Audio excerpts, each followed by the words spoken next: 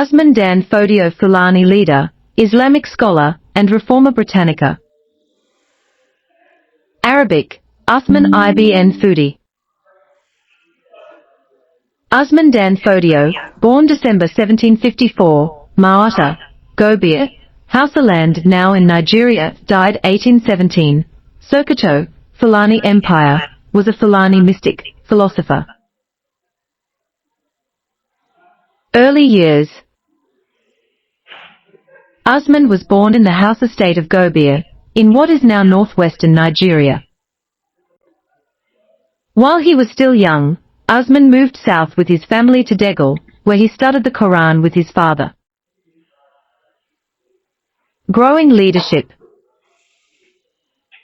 Throughout the 1780s and 90s, Usman's reputation increased, as did the size and importance of the community that looked to him for religious and political leadership. But his own scholarly clan was slow to come over to him. During the 1790s, when Usman seems to have lived continuously at Degal, a division developed between his substantial community and the Gobir ruling dynasty. In 1802, Yunfa succeeded Nafata as sultan, but, whatever his previous ties with the sheikh may have been, he did not improve the status of Usman's community. Like the Prophet Muhammad, whose biography he frequently noted as having close parallels with his own.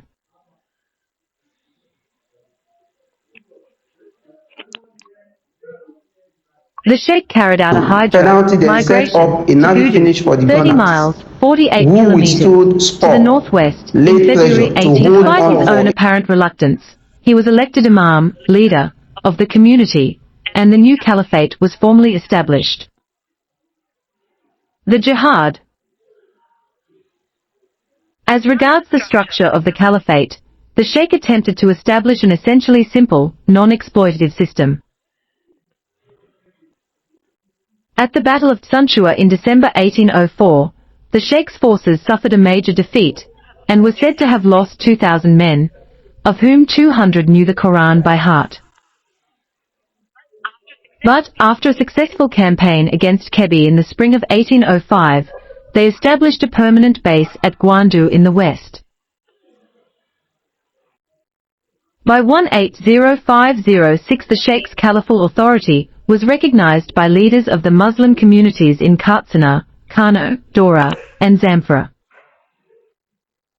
Usman was born around 1754 in Gobir, a Hausa state in what is currently northwest Nigeria.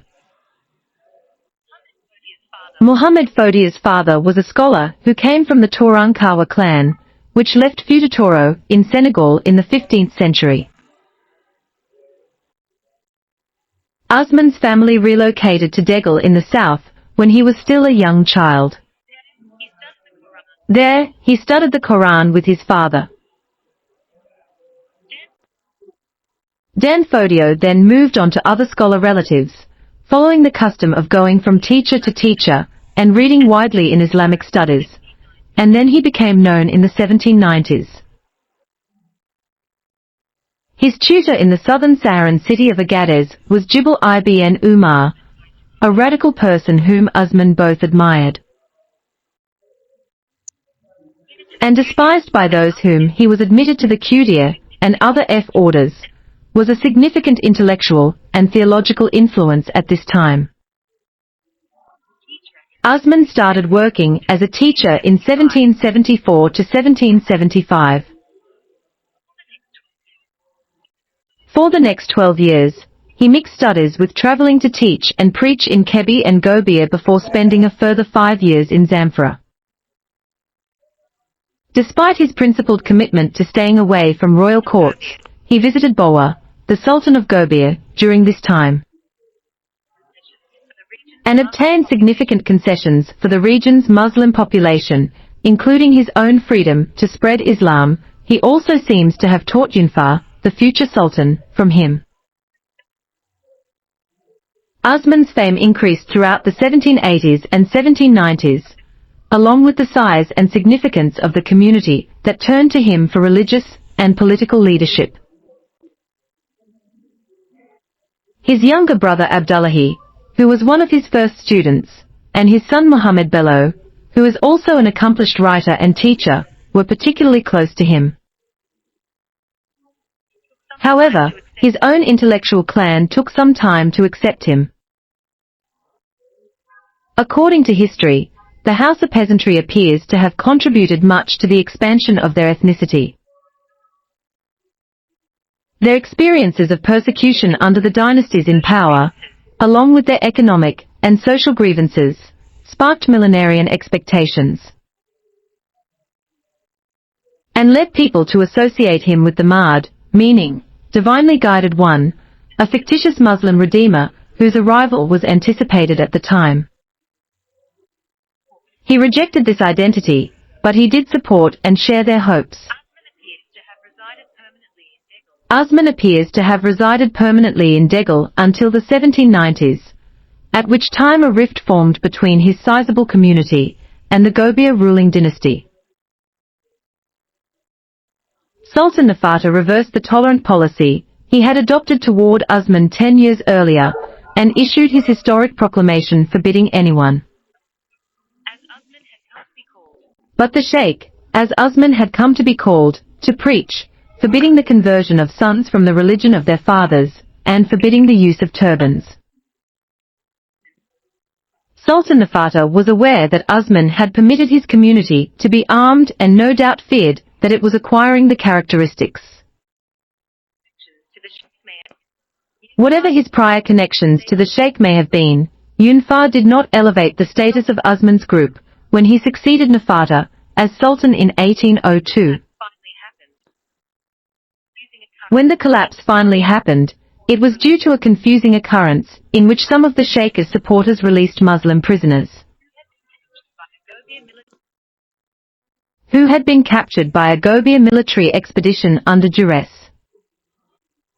Usman acknowledged that Degel was in danger, but seemed to want to avert a final breach. The Sheikh made a hijra, known as a migration, to Gudu in February 1804, just like the Prophet Muhammad, whose life he repeatedly highlighted had many similarities to his own. He was chosen as the community's imam, leader, despite his own seeming hesitation, and the new Caliphate was formally founded. From the middle of the 18th century, the Kanem-Bornu Empire ruled the region with great influence. At the time, numerous separate Hausa kingdoms in the area saw their falls as a result, which Sheikh Al-Amin El-Kanema defeated. The Gobir and Zamfara kingdoms were two notable Hausa states. Additionally, the Kanem-Bornu dynasty mainly defeated, seized, and imprisoned Usman Dan Fodio. However, the conflict between the Hausa states and other states persisted until the 18th century, leading to a strict conscription and taxing system. After some torture and persecution, Sheikh Al-Amin El-Kanema later released him. History has it that the Fulani, a predominantly pastoral community, were frequently the targets of Hausa taxation, tyranny over the land, and other feudal abuses. The story of Dan Fodio being held captive revealed that within 5 years, he had become known as a leader and imam. During those years, the Caliphate's establishment and the jihad's execution were unavoidably the Sheikh's main concerns. Although he abstained from participating in combat operations, he nominated commanders, supported the army,